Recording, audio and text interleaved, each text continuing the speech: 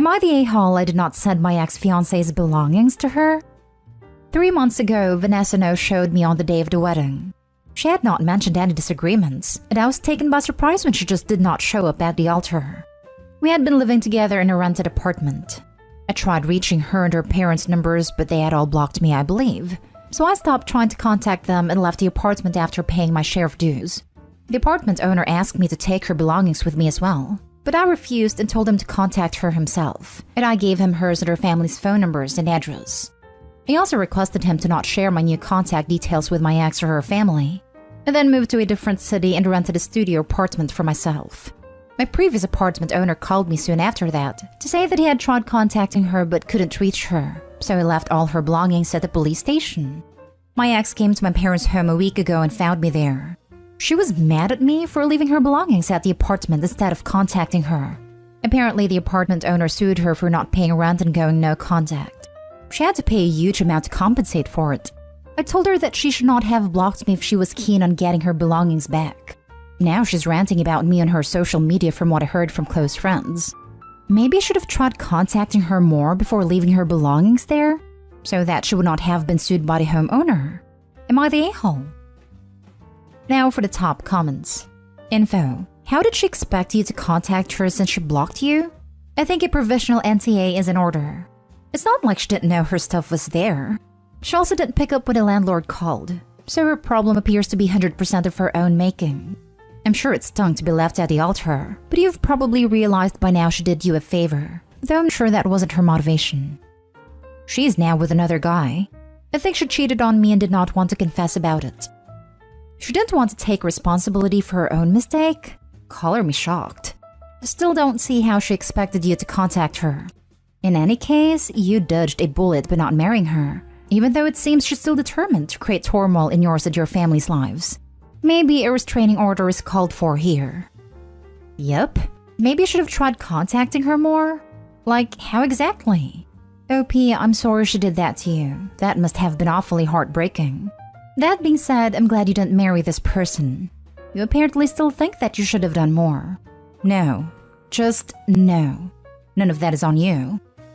Maybe I should have tried contacting her more before leaving her belongings there so that she would not have been sued by the homeowner. You did. You tried contacting both her and her parents. After a no-show at the wedding. You do not have to jump through hoops to chase this twit. You are not the a-hole, and your parents need to trespass her from their home. If she shows up there again, call the cops. She blocked you and then got angry you didn't contact her? As long as you squared everything away with the landlord before you left, I'd say that's where your obligations ended. I only paid my share of the dues. I did not clear her dues for her. That's why he sued her. Exactly. You took care of your obligations and you're not obligated to cover her finances. She's a grown adult. The ironic part is that Opie would have had some obligation as spouse if she hadn't left him at the altar. Sounds like Opie dodged a bullet. Next story. Am I the a-hole for barking at my ex? Some background. My ex Ezra, male 40-ish, and I, female 36, split in 2018 when after maybe 6 months in, he started to show some red flags here and there. I ran for the hills, got over him, found my person, and I'm overall happy in my life. That's now. Then I focused on work. Him on his new girlfriend, that lasted maybe 8 months. Their breakup also started the calls. First for support, but they soon evolved into griping sessions I wasn't in the mood for. It got so bad I had to block him, but then emails started coming, so I blocked him there too. In the meantime, I moved with my man, 2 blocks away from my best friend and within a mile from Ezra's baby mama's place. I was on my way home from my BFF's. Lovely night. I'm all tipsy and happy, headphones in and walk dancing through the streets, when all of a sudden a wild Ezra appeared with a kid, 13, in tow. Since I didn't hear him calling me, he decided to rip one of my headphones and started yelling this and that. Basically rubbish and how I destroyed his relationship. Never met the girl, so witchcraft it is. And how I'm a huge witch. Well, so I started barking. And kept barking, rising the volume to match his. People were staring, but I'm too tipsy, so I don't give a F. Lucky for him, a clever boy, he got quiet quickly, looked around and left. Eureka! Something works. Since then, every time Ezra bothers me in public, I just bark at him loudly till he runs away. One of common acquaintances is a happy gossip. Apparently, Ezra is, in his own words, traumatized by my behavior. He says I'm crazy, and I'm an a-hole for humiliating him in public. Am I, though? You are a queen. No, you. This is honestly the biggest power move there is. You decided to not play by his rules and give him what he wants. A public fight in front of his kid, and came up with an off-the-wall move that he has no idea how to respond to. Absolutely amazing. Hopefully he'll learn you're the alpha here and leave you alone eventually. Sometimes you just have to be a little louder and boisterous to get people to shut up and leave you alone. As long as you have not initiated a confrontation, shut it down quickly and move along. Your last sentence is exactly what I'm thinking. I've no time for a row in the middle of the street. It's very time effective. 60-second tops and I can go on my own way. You did what you had to do to get away from the crazy ex. If you keep saying that he was traumatized, tell the gossip acquaintance how he assaulted you. Because ripping your headphones is considered ass, and you were so scared that you freaked out and started to bark. Complain that you need therapy now. I'm already in therapy for totally unrelated things. Therapy squared. Thank you so much. It's not as serious of a crime here where I live. Don't worry though, it's not a big issue in my life. He's just a little bee. Pun definitely intended. Next story is titled, Am I the a-hole for using my ex-wife's maiden name? Ex and I have been divorced almost 10 years. She kept my last name because we have kids or something like that. I wanted her to change it back and told her it was the law that she had to. I don't use my last name for her. I have her in my phone with her old name. When I have to send her a check, I use her old name. When I fill out forms for the schools or doctors, I use her old name. And she says this causes problems, but I'm not sure why. A couple weeks ago, my daughter called her mother during a class at school and asked her what her last name was. Obviously, this made the mother confused. My daughter said that Dad wrote it down as old name, but you always write it as my name. The mother told my daughter that it was my name. The week after that, my daughter brought me a sports paper to sign. The mother had already signed and written her name. Before I signed, I crossed out my name and wrote her old name. My daughter started to cry and said I was disrespecting the mother, but I told her the mother was disrespecting me by keeping my name. Next thing I know, I get a nasty email from the mother telling me to cease and desist using her old name and that her legal name is my name. She said if it happens again, she will take me to family court. I talked to my wife about it, and she said I'm not the a-hole because now that we are married, only she can use my name. She says I should go back to court to force the mother to legally use her old name. My ex-wife says I'm an a-hole because this disrespects her, and that disrespecting her is disrespecting our children. I told her children don't need respect, and I don't respect her at all. So, am I the a-hole for this? You're the a-hole. Last names are not legal property and therefore it's not illegal for your ex to keep your last name. A court cannot and will not force her to change it, so you'd be wasting time and money. So you lied to her. Using her non-legal name means checks will bounce. Her identity cannot be confirmed, etc. That is making it hard for her to be able to identify herself and get the checks you sent her. I think you know that and are doing that in an attempt to get her to change her name back. You play dumb, but I think you really know what you are doing. Stop being a prick to the mother of your children. Quit the crap. You are not creating a good co-parenting relationship with your ex, and it's resulting in anger from your children.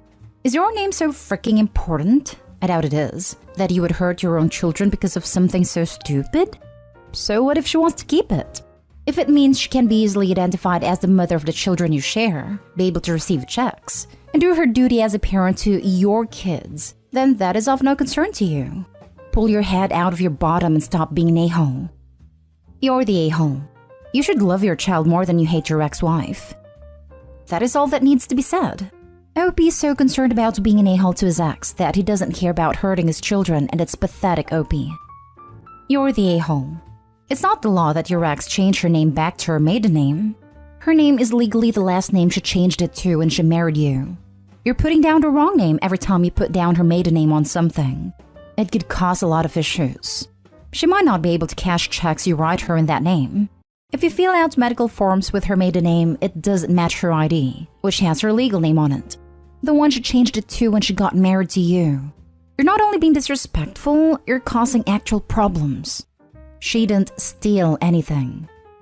It's so true. It can cause, and already causes, so many problems legally wise.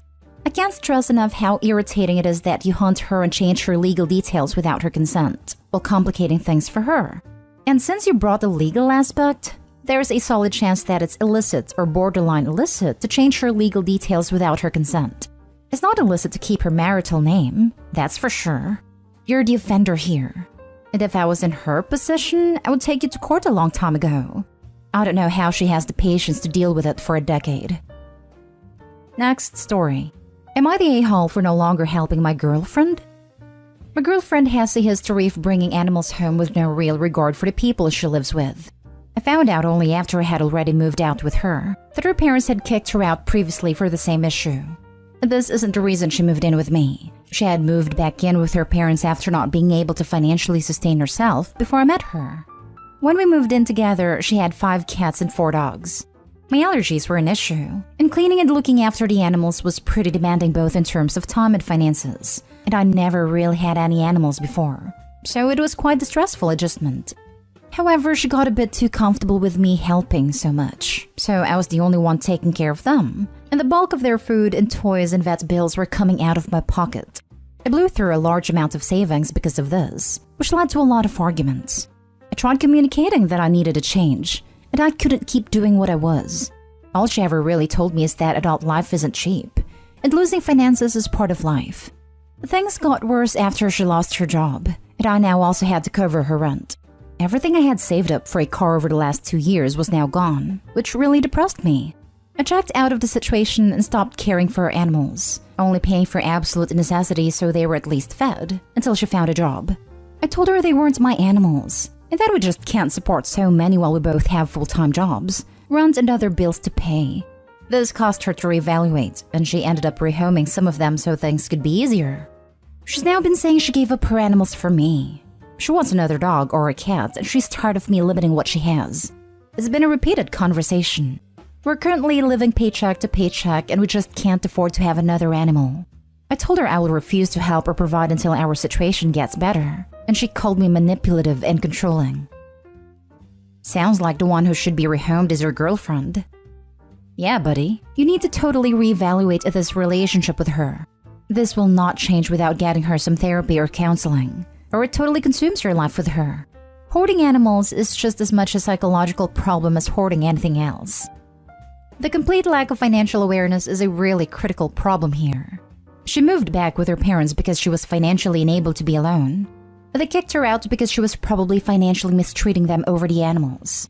She was financially abusing the situation with Opie until he woke up and put his foot down. And now she's accusing him of being the cause of her not being allowed to have animals, rather than realizing it is simply a reality that she cannot afford them. If she doesn't start to understand the financial reality for her situation, and get help for her hoarding of animals, she will just get worse to the point that nobody can deal with her. She's giving up her animals for you while you have given up your savings for a car for her. Sounds like she can only see her sacrifice and unable to recognize yours. Try to focus the conversation with her about what you two are trying to achieve, and if owning many animals at this time really helps you to reach your shared goals from a financial perspective. Not stay home. That sucks about your savings. Her calling you controlling and manipulative is cruel. Unless I was married or committed, I wouldn't pay for anything but gifts or an emergency towards a partner's animal. It's their responsibility. I would question her rational reasoning skills. She sounds like the manipulative one. Now for the last story. Am I the a-hole for how I reacted after I found out my husband ran a secret background check on me before we got married? We've been married for 3 years, and I only just found out recently that before we got married, my husband ran a background check on me and my family. I found out because we were on vacation with his family, and they were doing things I had no interest in participating in a few times, so I stayed behind. He let me borrow his laptop because I left mine at home. I made a folder with my name, and I was searching for it when I found another folder with my name. The folder was full of reports on me, my family, including extended family, and 2 of my childhood friends. I read as much of the reports as I could before my husband and his family came home for the day. At first, I was just hurt he would do something like this without talking to me first, but as I read more and started finding out things about my family and friends that I never even knew, I started to get angry. It's hard to put it into words, but I felt like I had gone cold all over, but also like it wasn't me reading these things. So when I saw my husband, I exploded on him in front of his family. At first, he tried to say it wasn't a big deal, and his cousin chimed in to say it was normal, and he wasn't the only one who had done it in their family. When he saw I wasn't calming down, he tried to get me to go into our room so we could talk about it privately, but I told him I wasn't going anywhere with him and I was leaving. My husband told me to stay, and he would sleep somewhere else or he would leave, but we were staying in a house owned by his parents, and it felt weird for me to stay and make him leave, especially since his family were still there too. I ended up staying at a hotel for the night, and we both flew home shortly after that, cutting the vacation short. Am I the a-hole? I'm going with not the a-hole just based on how extensive the search seemed to be. I don't think it's super unusual to do a background check on someone, but the fact that it's your family, extended family, and friends leads me to believe that this is some U-level stalky BS, and I'd freak out too. Lol, so funny but true. Joe would be proud. If the family was like politicians and extremely wealthy type people, maybe it would seem normal or whatever. But without that context, I agree. Not the a-hole. At first, I tried to say it wasn't a big deal.